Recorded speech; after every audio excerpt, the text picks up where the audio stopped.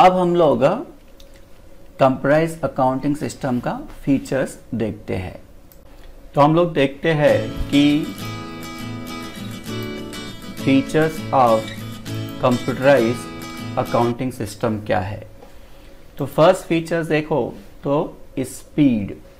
तो accounting data is process faster by using a computerise accounting system than it is achieved through the manual efforts. इसका जो भी speed है that is comparatively very faster than the manual accounting system. जहाँ पे manual में आपको कई दिन लग जाते थे, यहाँ पे कुछ मिनटों में काम हो जाता है।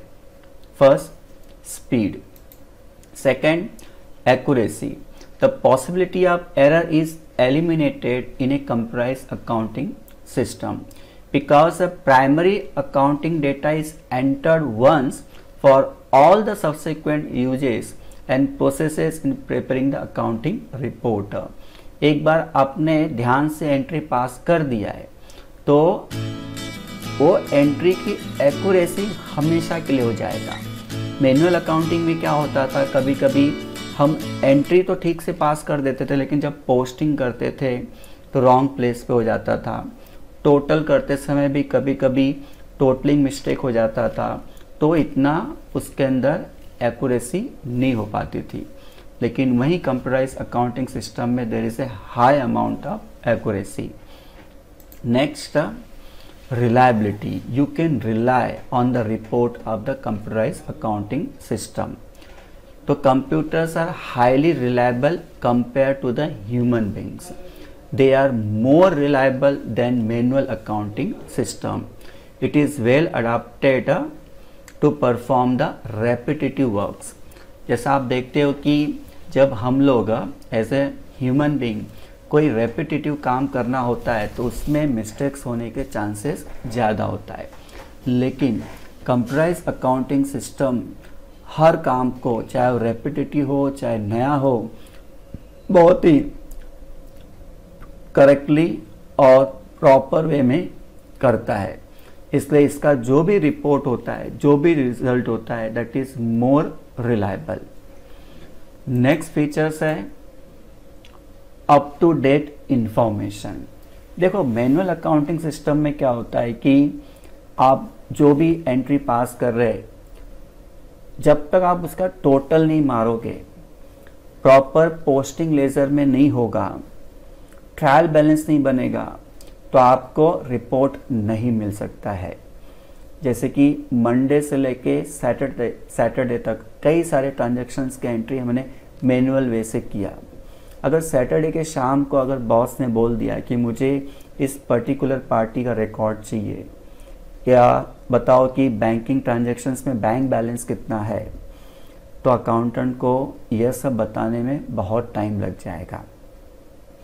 लेकिन वही अगर हम लोग ने कंप्यूटराइज अकाउंटिंग सिस्टम किया है तो वहाँ पर आपका हर मिनट के बाद जितने भी एंट्री आप पास कर रहे हो वो अपने आप उस सॉफ्टवेयर में अपडेट हो जाता है। वो डेटा अपने आप चेंज होता चला जाता है, टोटल चेंज हो जाता है। जैसा किसी पार्टी से पैसे आने हैं और उसने पैसे दे दिए तो उसी समय उसका अकाउंट टैली होता हुआ दिखाई पड़ेगा। तो up to date information. The accounting records in a computerised accounting system are updated automatically as and when accounting data is entered and stored. Therefore, latest information pertaining to accounts get reflected when accounting reports are produced and the printed।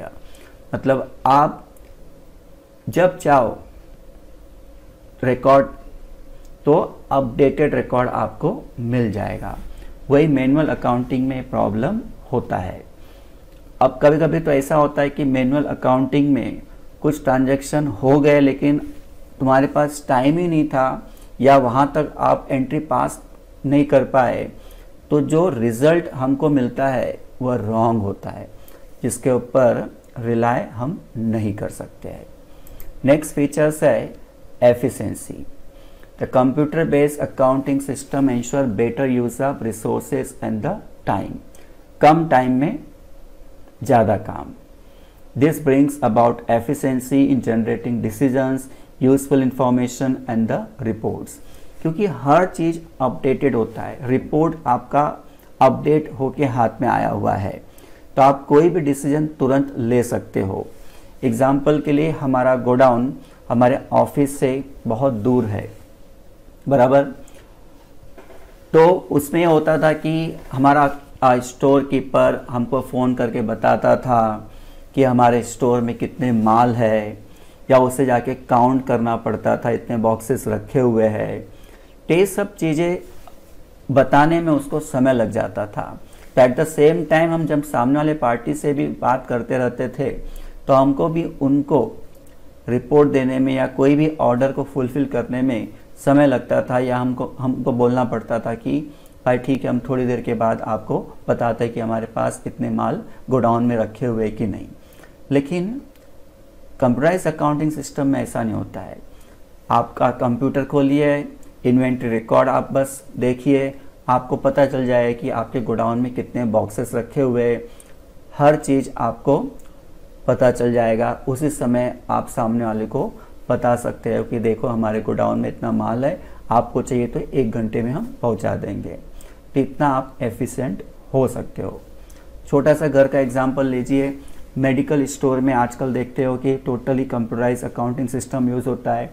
तो उनके store में कितने medicine इस समय है, वह पूरा का पूरा स्टोर होता है, आप कंप्यूटर में देख सकते हो। तो अगर कोई पेशेंट जाता है और वो दवाई मांगता है, तो वो देख लेते कंप्यूटर में कि है कि नहीं, और तुरंत बता सकते हैं कि है या नहीं है, या बोलते हैं कि भाई नहीं है हमारे दुकान में। तो इतना एफिशिएंट वर्क होता है। पहले पुराने टाइम में कोई मेडिसिन चाहिए रहता था तो एक आदमी जाके चेक करता था, कई देर तक चेक करने के बाद बोलता था कि सर हमारे पास ख़त्म हो गया है। उसके बाद है ऑटोमेटेड डॉक्यूमेंट प्रोडक्शन। देखते हैं ना कि मैनुअल अकाउंटिंग में आपको बिल बनाना पड़ता है, रिसिप्ट बनाना पड़ता है, हर चीज़ पेपर के ऊपर होता है।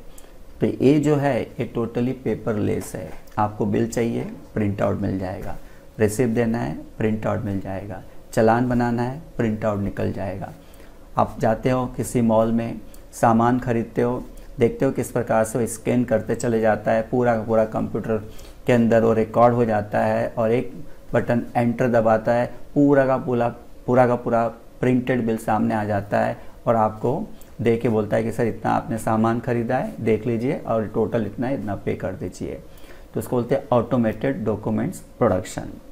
तो most of the computerised accounting system have standardised user defined format of accounting reports that are generated automatically. The accounting reports such as cash book, trial balance, statement of accounts are obtained just by click of mouse in a computerized accounting environment. आपको पूरे साल भर इंतज़ार करना नहीं पड़ेगा, total करने का इंतज़ार नहीं करना पड़ेगा, सब कुछ आपको अपडेटेड मिलेगा, ऑटोमेटिकली सब होता चला जाता है। और उसके बाद है real time user interface. Real time user interface हमारा बहुत सारा ब्रांचेस है, जैसा बैंकों में होता है, और आज के तारीख में कोर बैंकिंग है। मैं गांव चला गया और वहाँ पे जाके मेरे जो ब्रांच है, मेरे बैंक का जो ब्रांच है, वहाँ से अगर मैंने पैसे विड्रॉ किए तो इमीडिएटली मेरे मेन बैंक के अंदर उसकी एंट्री उसी समय हो जाती है। तो रियल टाइम यूजर इंटरफेस। तो कंप्यूटराइज सिस्टम में होता है कि कोई भी काम लेट लपेट नहीं होता है, और जहाँ तक नेटवर्क इंटरनेट आने की वजह से हर चीज़ मिनटों में हो जाता है।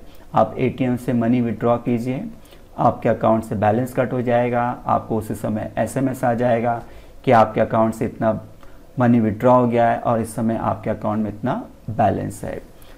तो जिसको बोलते हैं रियल टाइम बेसिस। तो हम लोगों ने फीचर्स देख लिया। अब नेक्स्ट पॉइंट पे आते हैं, that is the importance of computerise accounting system. तो देखते हैं कि importance of computerise accounting system क्या है, इस चैप्टर का 3rd पॉइंट। तो computer is an important part of an accounting system. Computerized accounting systems are important to business in various ways. Computers helps business by making their staff efficient, productive and also save their valuable time.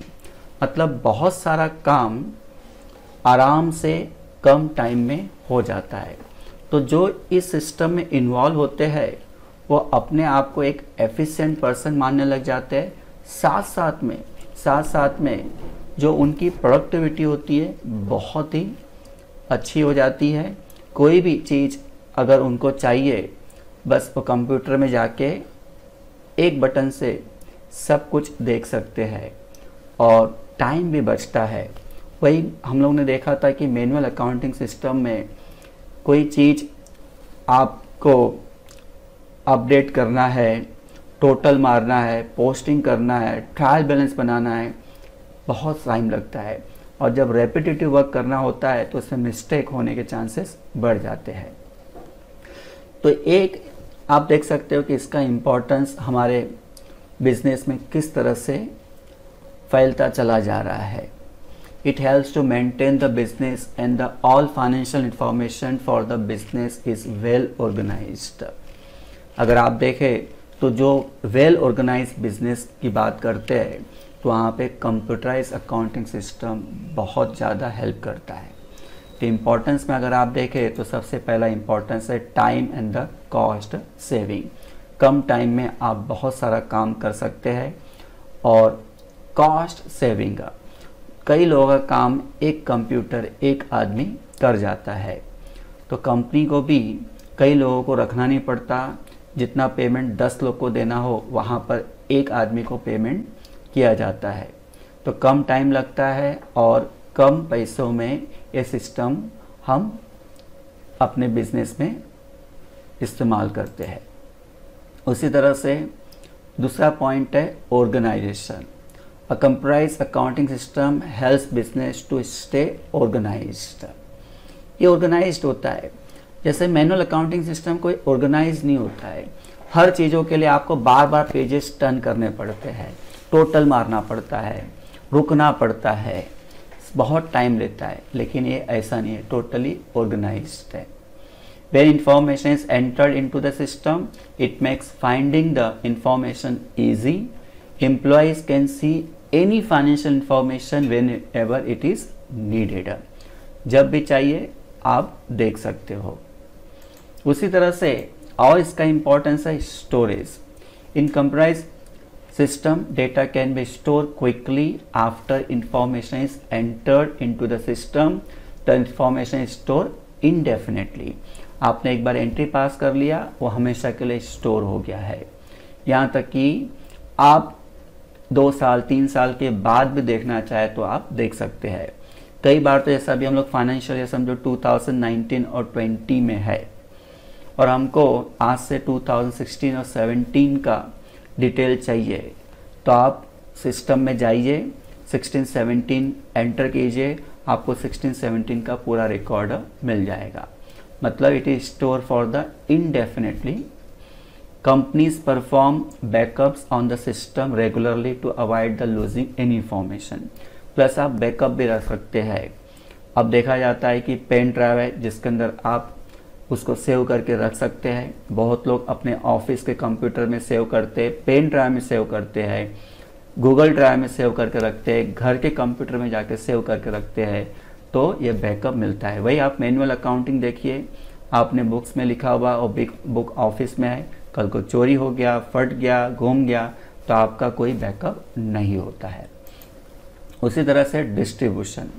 Computerised accounting system allows companies to distribute the financial information easily. Financial statements are printed directly from the system and are distributed internally and externally to those needing the information. जैसे manual accounting में एक book, जो भी 4-5 book होते हैं एक accountant के पास है, अगर एट ए टाइम 3-4 लोगों ने बोला कि भाई मेरा डिटेल दे दीजिए, मेरे को रिपोर्ट बनाना है, तो उस समय एक का काम होगा, दूसरे का काम रुका रहता है। लेकिन कंप्यूटराइज्ड अकाउंटिंग सिस्टम ऐसा नहीं है। हम पैरेलल सबके कामों को कर सकते हैं। जिसको जो रिपोर्ट चाहिए हम तुरंत निकाल के दे सकते हैं, चाहे वो इंटरनली चाहिए हो चाहे एक्सटर्नल पर्पस के लिए चाहिए, कहीं सबमिट करना है आउट ऑफ बिजनेस, जैसे कि गवर्नमेंट डिपार्टमेंट में सबमिट करना है, इनकम टैक्स डिपार्टमेंट में सबमिट करना है, तो हम इजीली अवेलेबल हो जाता है। ये सबसे बड़ा इम्पोर्टेंस है। उसी तरह से मैनेजमेंट रिपोर्ट्स, मैनेजमेंट को भी डिसीजन लेने के लिए, पॉलिसी बनाने के लिए टाइम टू टाइम रिपोर्ट की ज़रूरत पड़ती है, तो कंप्यूटर अकाउंटिंग सिस्टम उनको वह रिपोर्ट इजीली अवेलेबल कराता है और उस रिपोर्ट को वो रिलाई कर सकते हैं और टाइमली डिसीजन ले सकते हैं। और इसका लास्ट इम्पोर्टेंस है regulatory compliance. Reports are required on a regular basis from various government agencies by using computer system can organize their data and reports to comply with this statutory requirement by saving the time। अब जैसे कि GST का ज़माना है, goods and service tax, ये हमको quarterly, monthly, यहाँ तक कि 15 डेज का रिकॉर्ड हमको गवर्नमेंट को बार बार देना पड़ता है, तो मैनुअल अकाउंटिंग सिस्टम में पॉसिबल नहीं है। तो जो भी रिपोर्टिंग है कंप्यूटराइज ही होना चाहिए GST के अंदर। यहाँ तक कि आपको ये पता होना चाहिए कि अब कहीं पे भी जहाँ GST कंपलसरी है तो वहाँ पर बिल भी कंप्यूटराइज ही होना चाहिए। तो जहाँ पे कंप्यूटराइज अकाउंटिंग सिस्टम है वहाँ पर ये सब हमको दिखाई पड़ता है। तो ये सब इम्पोर्टेंस है कंप्यूटराइज अकाउंटिंग सिस्टम का। नेक्स्ट पॉइंट हम लोग देखते हैं, that is components of computerise accounting system. Computerise accounting system के कंपोनेंट्स क्या है, पूरा सिस्टम किसके ऊपर बेस्ड है, तो it consist of total 5 parts: hardware, software, data, procedure and the people. तो 5 फैक्टर्स है, कंपोनेंट्स है जिसके ऊपर कंप्यूटराइज अकाउंटिंग सिस्टम बेस्ड है। तो उसमें से सबसे पहला है हार्डवेयर। तो हार्डवेयर जो हम लोग कंप्यूटर के अंदर की बात करते हैं, जैसे कि बिना हार्डवेयर के कंप्यूटर चलता नहीं है। जैसे कि हम लोग पूरे एक इंसान की तरह काम करते, ठीक है, लेकिन हमारे अंदर सही कि नहीं बहुत सारी चीज़ें हमने संभाल के रखे हुए हैं। तो हार्डवेयर भी क्या होता है कि जब सॉफ्टवेयर उसके अंदर जो भी डेटा या इंस्ट्रक्शन देता है तो हार्डवेयर क्या करता है, उसको संभाल कर रखता है, स्टोर करके रखता है। तो इसको अगर हम लोग एक्सप्लेन करें तो information system, hardware is a part of the information system that can touch the physical components of the technology. ये हम लोग देख सकते हैं, हाथ लगा सकते हैं, इसको बोलते हैं this is a physical components of the technology. जब कंप्यूटर को आप खोलोगे तो आपको उसके अंदर के पार्ट्स दिखाई पड़ेंगे। उसी तरह से आप देखते हैं माउस, कीबोर्ड, मॉनिटर, ये सब क्या है, कंप्यूटर के अंदर लगने वाले हार्डवेयर है।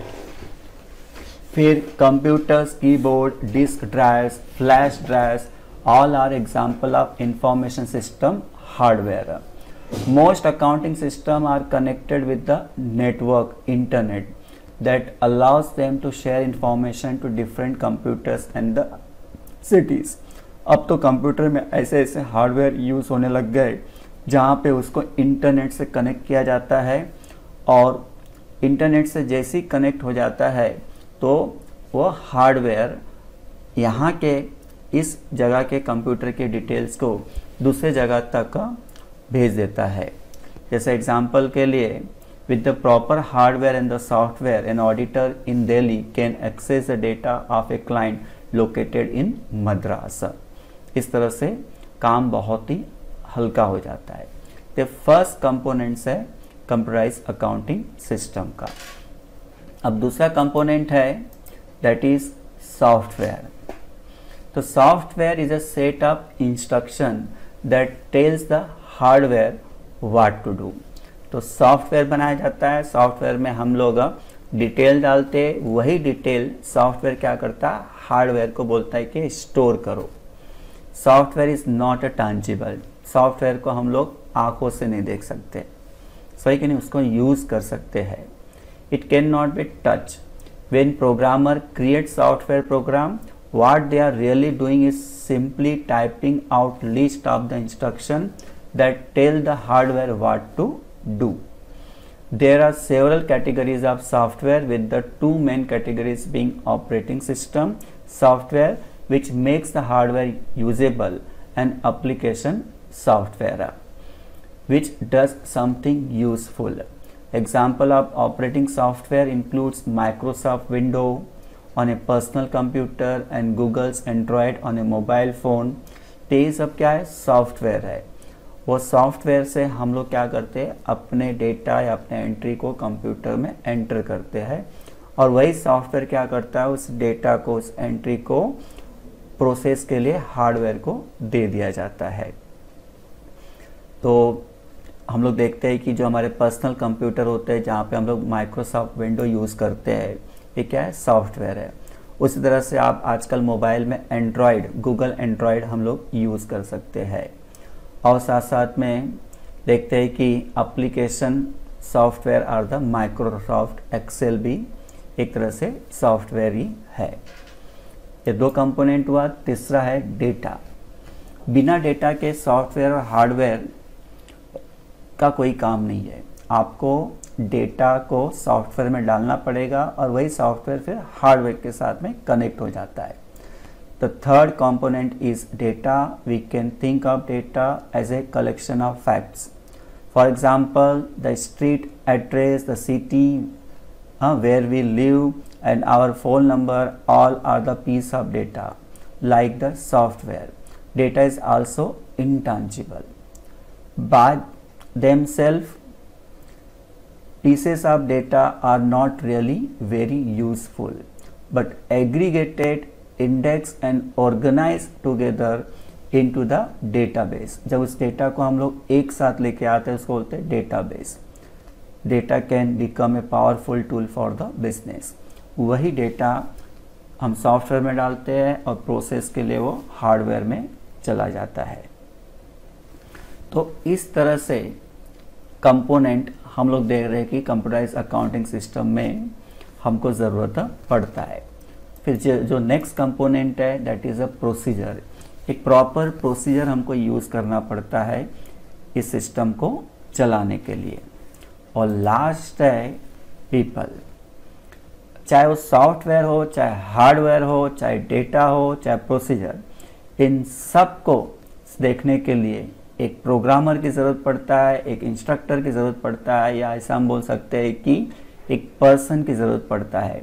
बिना उसके पूरा का पूरा कंप्यूटराइज अकाउंटिंग सिस्टम इनकम्प्लीट है, जिसको हम लोग बोल सकते हैं कि it is a essential element that must not be overlook, जिसके ऊपर हमको सबसे पहले ध्यान देना पड़ता है।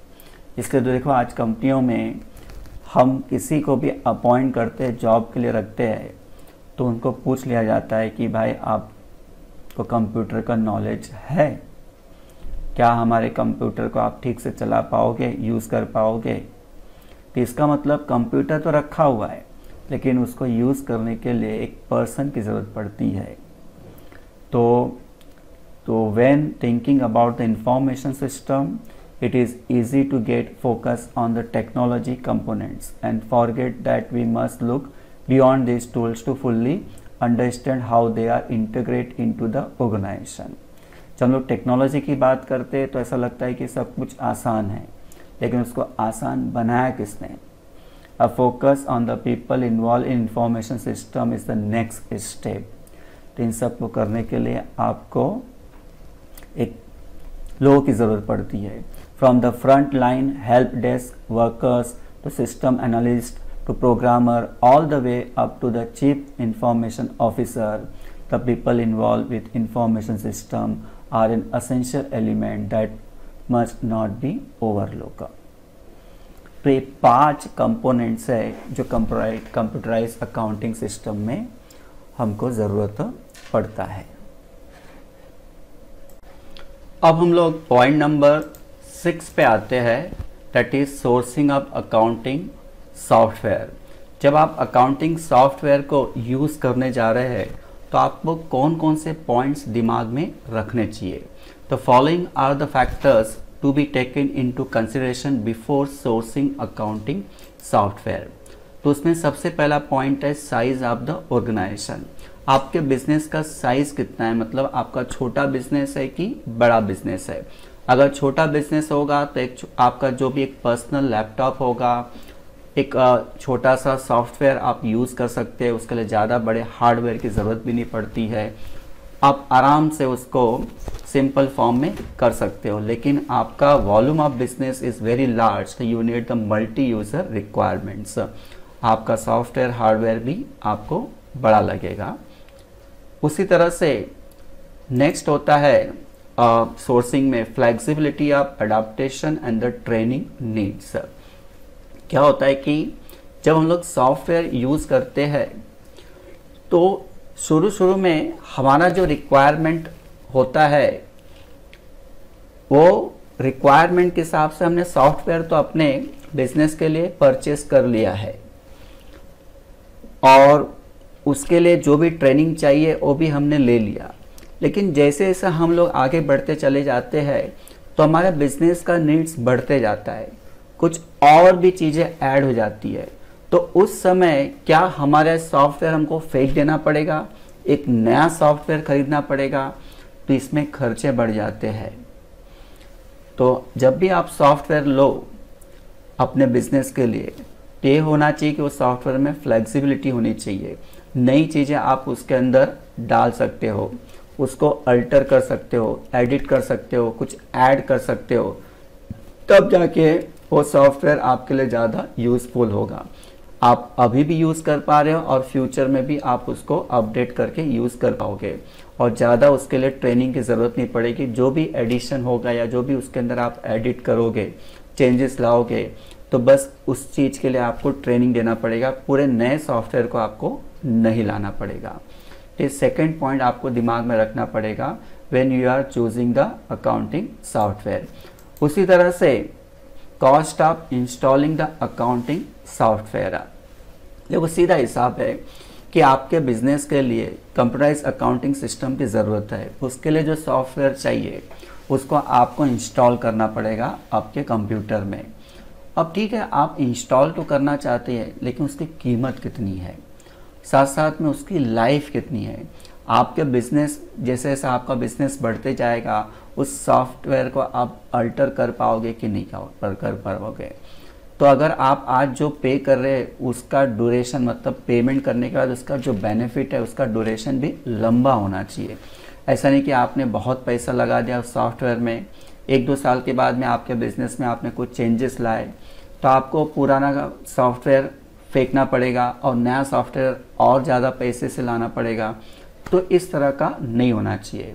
तो cost of installing the accounting software, it is must to consider that the cost of accounting software, its relevant hardware and the maintenance cost of addition of modules, training of the staff, updating of versions and data recovery in case of data failure are negotiable and within the ability of the organization to afford it।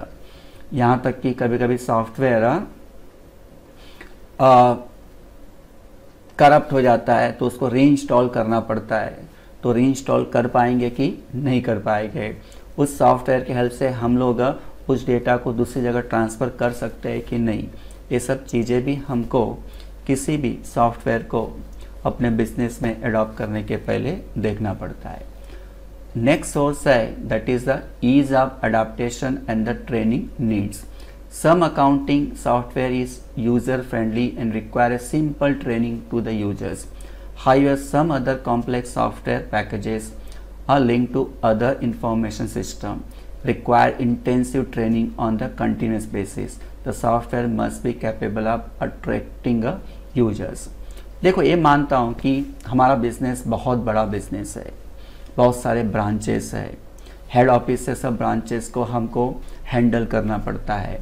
तो उसके लिए हमको एक तरह से जो software use करना पड़ता है, मल्टीपल बेस सॉफ्टवेयर होता है, मल्टीपल यूज़ जहाँ पे हम लोग कर सकते हैं, कॉम्प्लेक्स सॉफ्टवेयर पैकेजेस होता है। तो ठीक है, कॉम्प्लेक्स होना चाहिए, लेकिन वह हमारे बिजनेस में हम इजीली अडाप्ट कर सके इस तरह का सॉफ्टवेयर होना चाहिए। जब हम अपने एम्प्लॉय को ट्रेनिंग दे रहे हैं तो ट्रेनिंग करते समय उसको इजीली सीख सके और आराम से आने वाले टाइम में उसको यूज़ कर सके। तो इस तरह का सॉफ्टवेयर, कभी कभी सॉफ्टवेयर इतना कॉम्प्लिकेटेड होता है कि उसको सिखाने के बाद भी एम्प्लॉय हमारा उस पर काम नहीं कर पाता है। तो इसका मतलब software must be capable of attracting the users होना चाहिए।